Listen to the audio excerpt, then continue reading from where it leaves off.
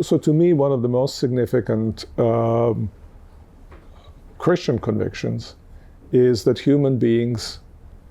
each human being has been created in God's image.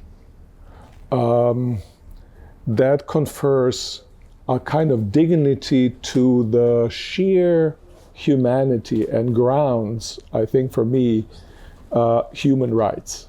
And it's not easy to offer grounding of human rights. Here I follow my erstwhile colleague, who's now emeritus, Nicholas Wolterstorff, who in his book Justice, Rights and Wrongs has a whole chapter devoted to how we can ground human rights, and he thinks that you have to have some kind of a theistic grounding of them. Otherwise, you cannot ground rights of humans qua humans. You always have to tie to certain kind of qualities that they possess, but not tied to them as humans. To me, that's one of the really very important insights. Consequence of that, I think, is also that we are called to honor each person. There is a sense in which each person deserves from us equal honor in the virtue of their humanity.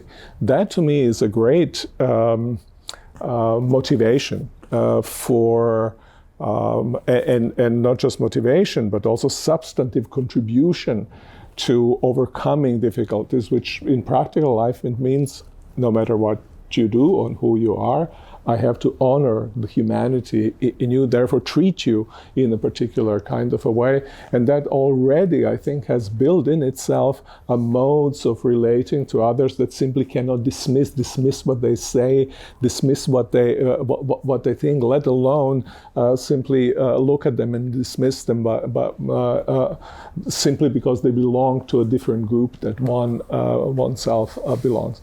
Add to this the command of love, and I think and think of this command of love in the way in which Jesus practiced it.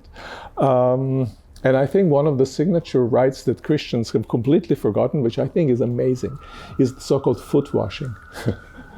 Are you familiar with that? You know what happens just before Jesus was crucified, he is with his disciples, and then he takes the apron and starts washing their feet, each one of his disciples. And in the Jewish tradition of the time, even slave was not allowed to be forced to do that.